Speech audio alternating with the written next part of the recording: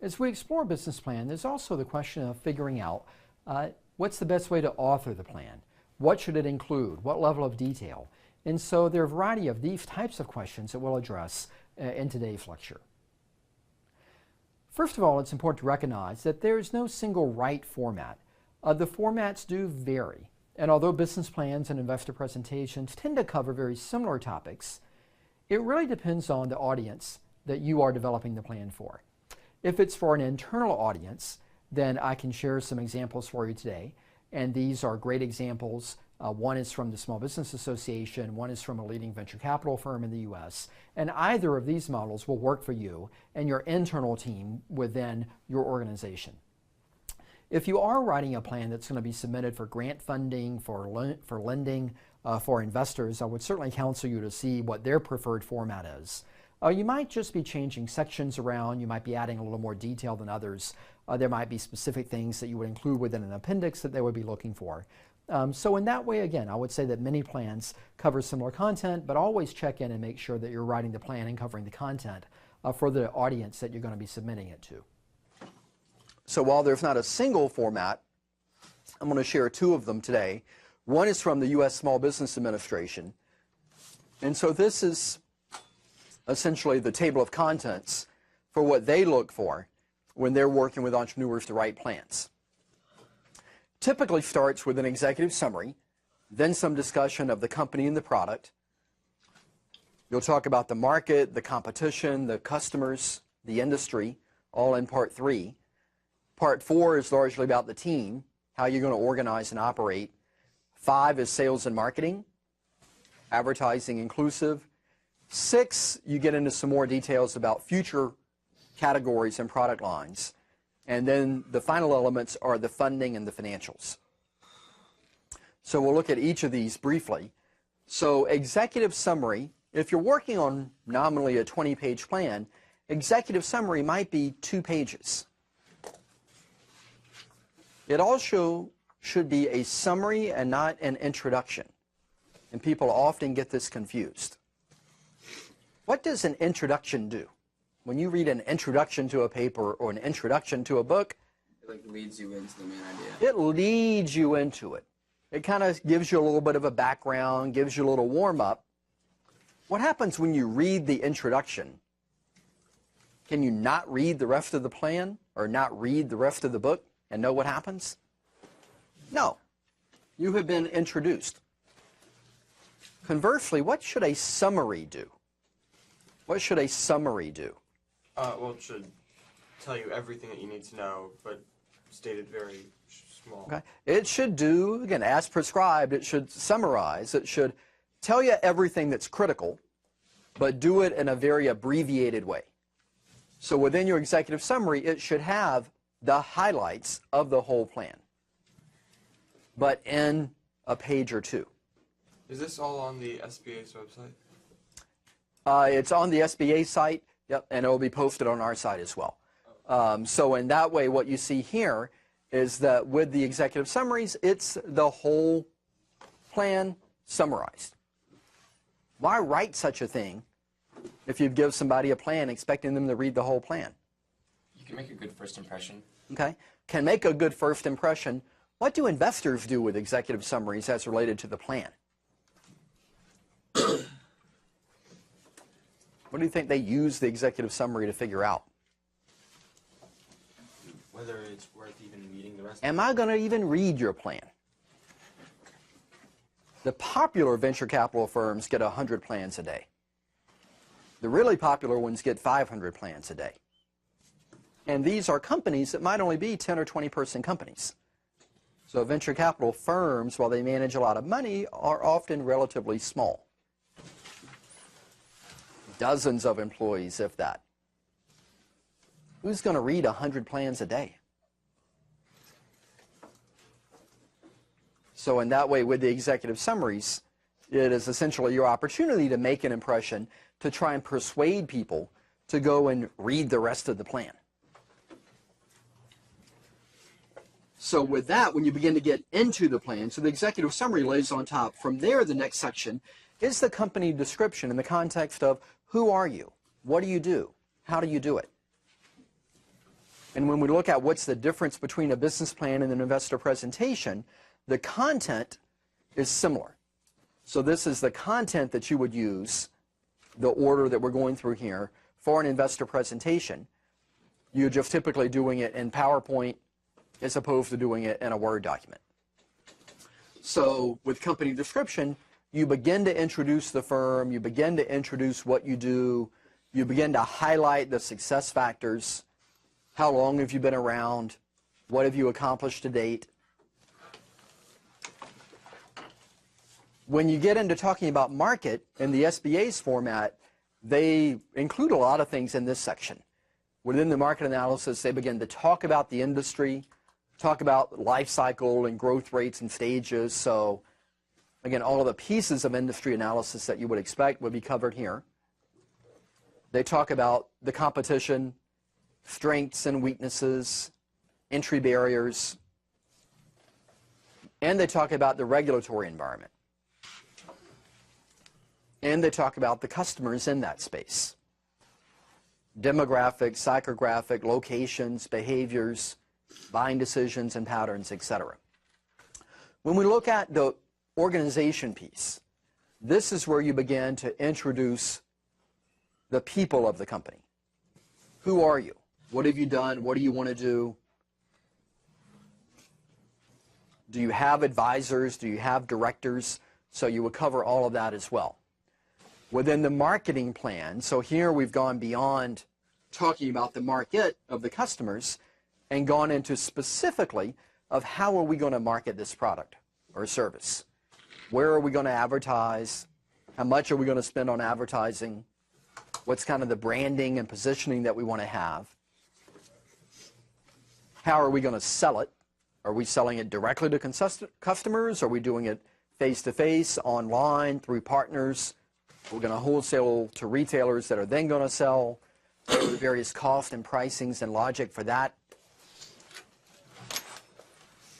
Talking about benefits of the product or service. Also, it's rare that you have a one product company. Most companies may start with a product. But can you think of a company that has a lot of products? Under Armour. Under Armour has a lot of products. So with Under Armour, they're selling what? What does Under Armour produce or sell? T-shirts. Shirts. Shorts. Shorts. Shoes. Shoes. Socks. Socks. Sports equipment. Sports equipment like? Equipment. Baseball. Okay, so baseball equipment, lacrosse equipment, Underwear. Underwear, Backpacks. backpacks, Hats. hats, Headbands. headbands, Shirts. sweatshirts, String bags. training bags. Socks. Okay, we already had socks, water bottles, and they sell, again, cleats. They sell coats, jackets. What did they start selling? What was product number one? A shirt, much like you're wearing. You want to stand up? Yeah. So, a shirt. A shirt.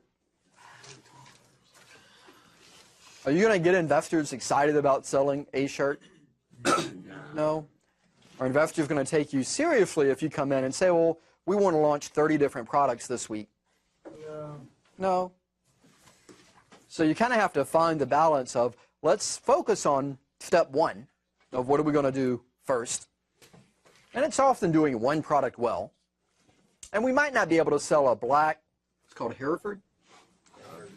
So we might not be able to sell a black Hereford basketball shirt. What size is that? I guess a large. And large, and that be our only product. What's the problem with that? Market is only. Your market size might be 40 people. So again, with apparel, it's a little bit tricky, and you might need different colors, and you might need different sizes. But you want to recognize we need to start relatively small to have some success, and to turn a little bit of money into more money that we can then invest into the next thing. but also recognize that when you think about service and product lines, you're probably not going to be just a shirt company forever. You're probably going to expand and grow that into other areas. So that's something to think about as well. Under Armour makes like a unique shirt that's pure nylon that hasn't really been done before. How did they find a manufacturer? Well, there are a couple of embedded questions. One, what they've done and has it been done before and were other people doing it, is a question, but a more fundamental question is how do you find your manufacturers? And you can go online, you can go to the Alibabas and the Thomson Registries, you can Google and try and find, you can go to other small companies maybe outside of your region and see who they're using. You can do those things, but in time, who do you think Under Armour wanted to make their stuff? When they got to the point that they were getting some momentum and they needed to find the company by name that they wanted to partner with to make their stuff, who else do you think that company made stuff for? Nike. So they wanted to know in time, who makes Nike stuff? And so they found that person, and then they went to China and met with him. Why did that make sense? Go ahead. They know what they're doing. Because you want somebody that's a leader. You want somebody that's been there, that's done it, that knows it, that can do it. Now, you might also have a little bit of reservation. Well, do I want my biggest competitor's supplier to be my supplier too? And how am I concerned about crossover and knowledge and confidentiality? And so there was some elements to work out. But fundamentally, when you're looking at service and product lines, the lesson here is recognize you might start with one or two things, but it's hard to build a sizable company just doing that one thing. So think about how do we extend, how do we grow, what makes sense for future products that we could launch that are favorable. So for Under Armour to go from shirts to pants to jackets to hats to shoes to equipment, you see there's some rationale to it. But should they have gone into making iPhone cases? Could. There's a brand. So why don't they spend a lot of time on figuring out how to make iPhone cases? Because they're mainly just an apparel company. They're not really known for that. It's arguably a different customer. It's arguably different retailers. I don't go to Dick's Sporting Goods and Sports Authority looking for iPhone cases. I look for sporting apparel and equipment. So in that way, we think about how we can grow and expand and do it in a way that makes sense, that might leverage the customers that we already have, that might leverage the relationships and partnerships that we already have. Also within this, you want to clarify any existing or planned intellectual property that you have, any copyrights or trademarks on your names, your logos, any patents that you have or that have filed for. You will cover them here as well.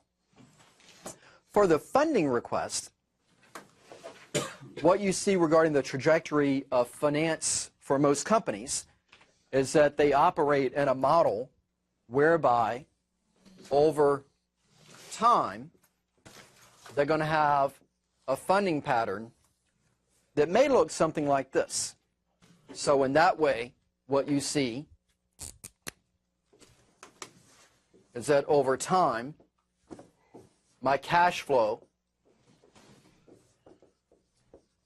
is going to look something like this. This is time 0. What do you think this time is? Break even. Break even. What happens at break even?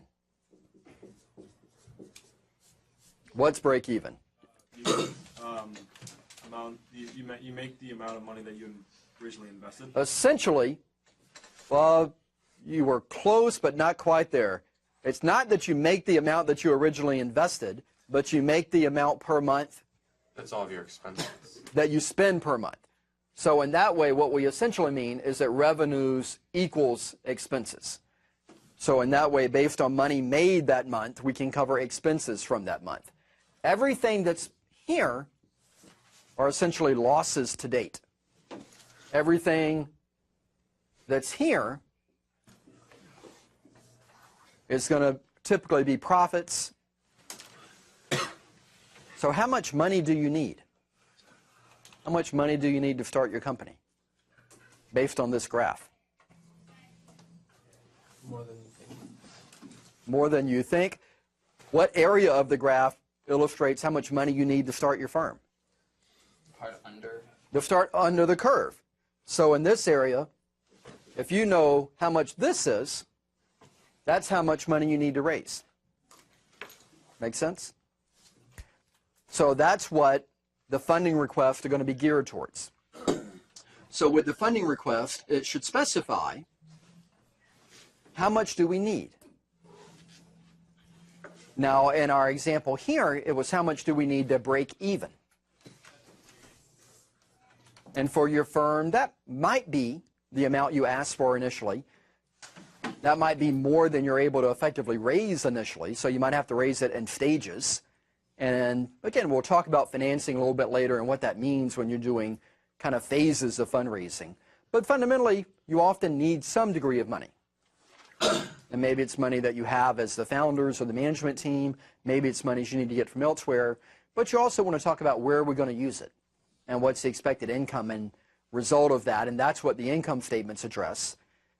In income statements, you're looking at what are we going to sell, at what price, and what expenses do we incur, and what's the profitability thereafter.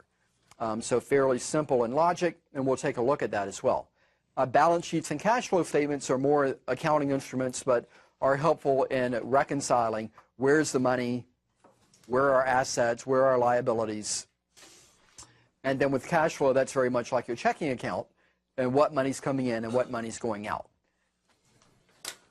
And other things that you may include come within an appendix that are a bit more about the team, a bit more about the company, any letters of reference, any prospective customers you've met with.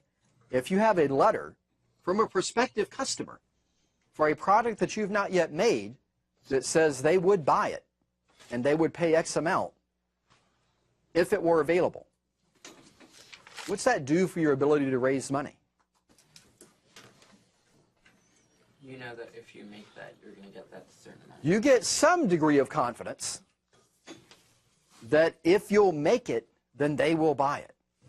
And so in that way, it removes part of the element of investors wondering if anybody wants it, of lenders wondering if you're ever going to make any money, if you can go through and if you can show. I've spoken with people, they want it, they're willing to pay for it. Here's who I've spoken to, here's what they've said. So you can include those types of things within the plan as well. So I also want to share the suggested format from Sequoia Capital, which is a large venture capital firm in the Silicon Valley area. And when you look at Sequoia, they have invested in many companies that you know. So when you look at Sequoia and some other companies they've invested in, we see a few here. Atari, you know Cypress, you may know Cisco, you may know Electronic Arts, Dropbox, Evernote.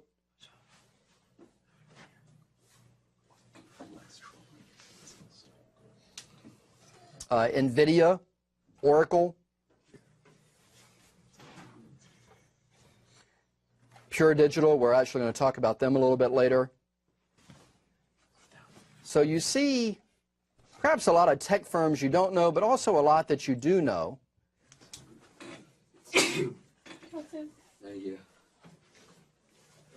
A lot of the mobile ones are still probably fairly small. Let's look at the web ones.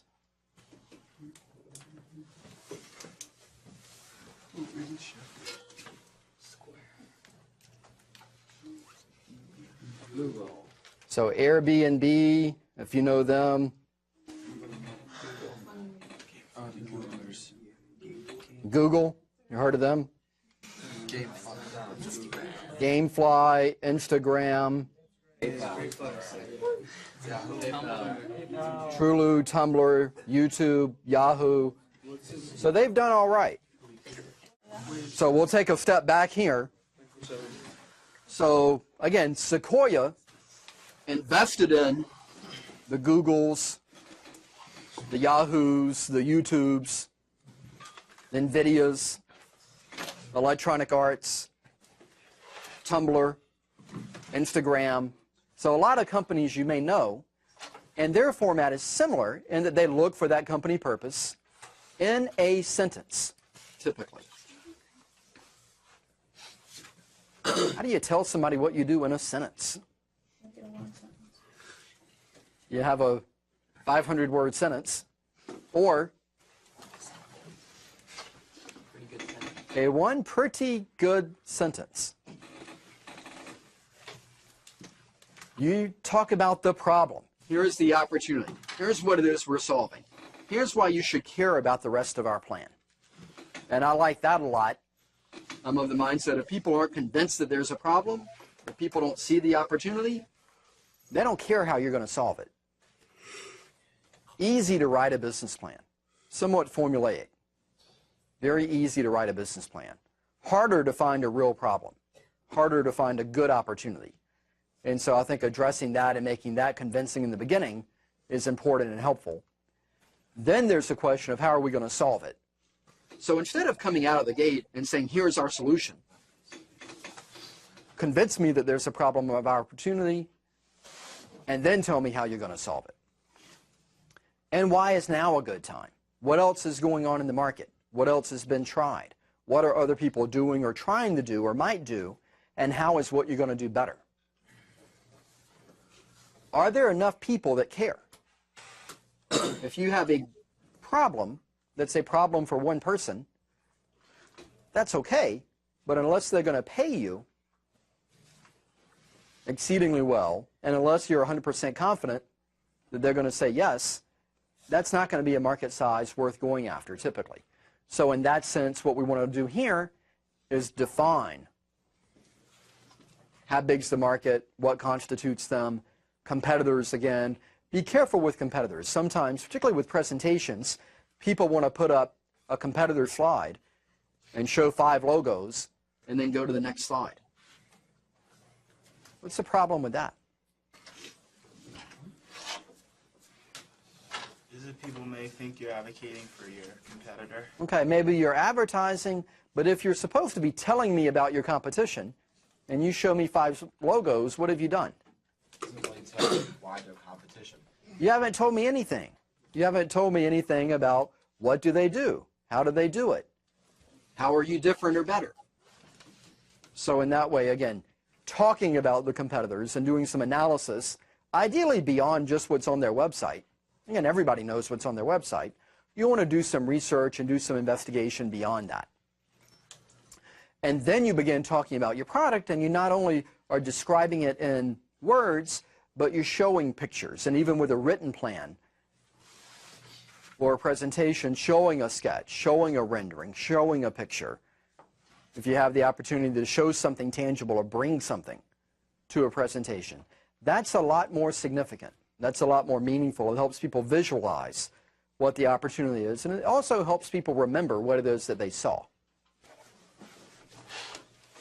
Business model of how do the pieces fit? What's the values? What's the customer segment? What are the partnerships and alliances? So how does it work? What's your price? Team and the financials. So you'll see between the two formats, the SBA element is very detailed. And a lot of that is oftentimes geared towards getting a loan from a bank. The Sequoia Capital one is a bit more accelerated. I would argue a bit more purposeful. And in that way, for me, I tend to favor the Sequoia one a bit, but I like the SBA one, and then it gives you a little bit of a deeper level of insight and a deeper level of detail of the types of things that you want to be mindful of and that you want to address. In summary, when you think about authoring the plan, certainly make sure that you consider the preferred format for your target audience. Also, be sure to be clear, specific, and convincing. So in that way, beware of these common mistakes. Don't make it overly long. Don't make it confusing. Don't try to be overly clever. But again, focus that you understand the market, you understand your customer, that you've got the right team, and that you have a clear path for how the business is going to grow and how the business is going to have success.